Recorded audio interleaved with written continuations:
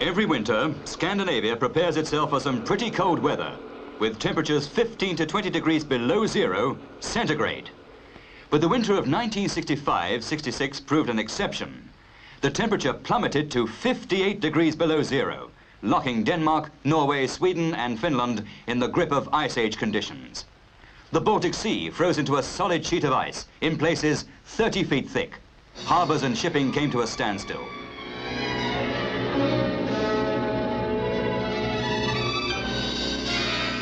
This was a long 6-month winter from November till April. Heavy snowfalls and hard easterly winds played havoc with road transport.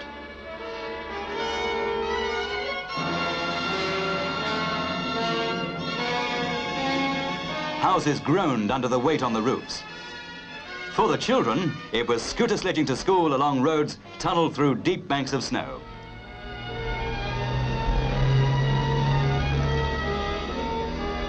With no car ferries operating between Finland and Sweden, they drove 100 miles across the frozen sea.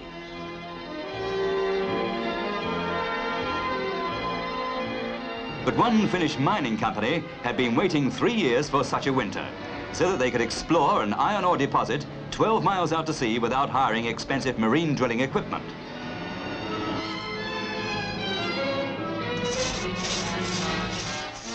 Simple drilling rigs, set up on the frozen sea, bored through the ice to bring up samples of iron ore from beneath the seabed. The big freeze-up helped this company. But for Sweden and Finland, which like Britain rely on shipping for their trade, this hard winter proved a major economic setback. And but for a handful of tough, government-run icebreakers, like the Finnish Sampo to keep a few ports open, this winter could have brought chaos.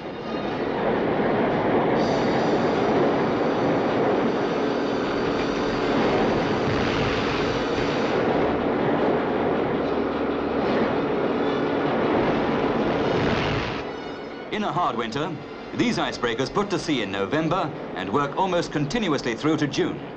Built in Finland, their hulls are specially strengthened with 1 1/4 inch steel plates.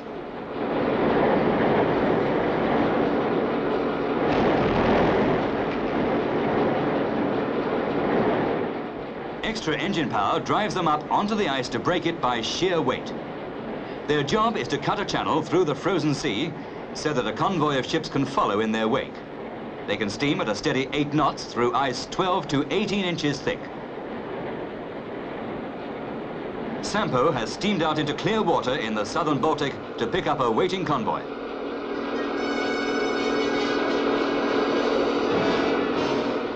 Now the 250 miles slog back through pack ice to Helsinki harbour begins. Winter work for icebreaker crews is tough. 4 hours on watch, 4 hours off. Summer months are easier, in harbour refitting the ship. But a convoy of merchant ships can't always just follow in the wake of an icebreaker. Here, the moving ice has closed in on the convoy, and the icebreaker has had to return to free them. With a new channel cut, the ships slowly start following Sampo again.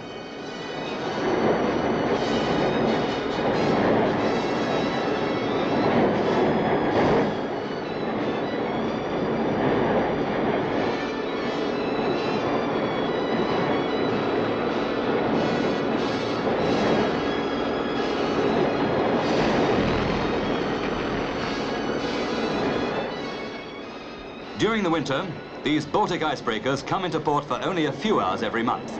And with a convoy in heavy ice, a trip which in clear water would take 24 hours can take as long as 4 days. 4 days of constantly searching ahead for the best way through the ice field. Yes, these Finnish icebreakers have women crew members. There are 6 cooks and stewardesses aboard to look after 45 men and to keep the ship spotlessly clean below decks. Discipline is strict on questions of crew relationships. Any trouble between men and women means the sack instantly. In Sampo's crew, there is one married couple, a stewardess and an engineer. They have separate cabins.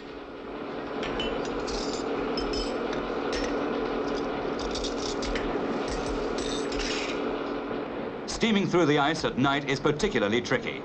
Searchlights help to pick out the best course ahead, while ice reports come in by radio to the duty officer.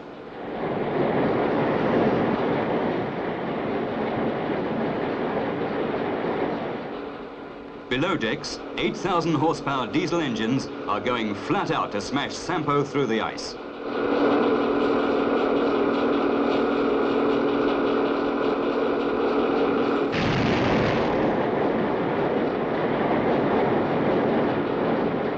With the morning watch, the ice is getting thicker.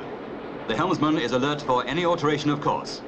But sometimes the ice is too thick in every direction, even for the icebreaker. Sampo is stuck. The convoy stops. Sampo, with 2 of her 4 engines driving reversing propellers under her bow, goes astern to free herself. The convoy is frozen in by now, so Sampo must break it out again before making a new channel.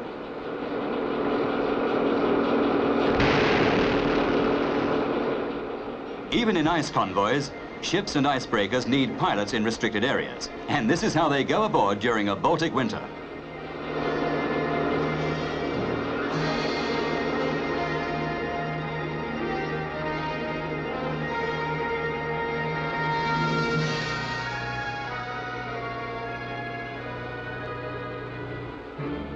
The convoy is on the move again, each ship following closely in the wake of the other, ships of all nations, carrying Scandinavia's essential imports and exports. Voima, another of Finland's icebreakers, comes to the rescue of 2 merchant ships firmly stuck in the ice. The icebreaker circles the last ship to free the ice, and then cuts in just ahead of her to make a channel.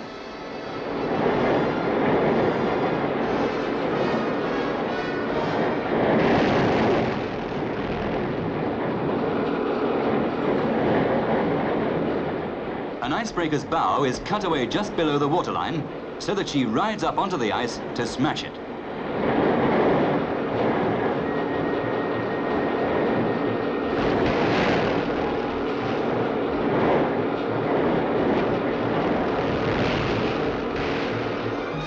Soon the ship is following in the breaker's wake, and the whole convoy is moving again.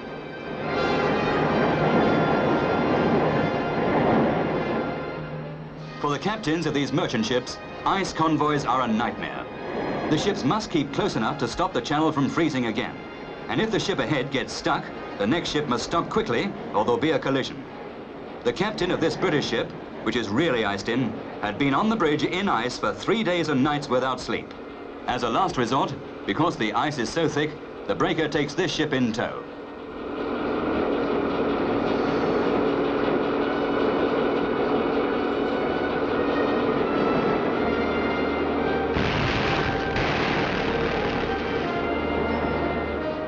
Somehow, no matter how thick or how far the ice field stretches, trade and shipping in the Baltic must be kept on the move.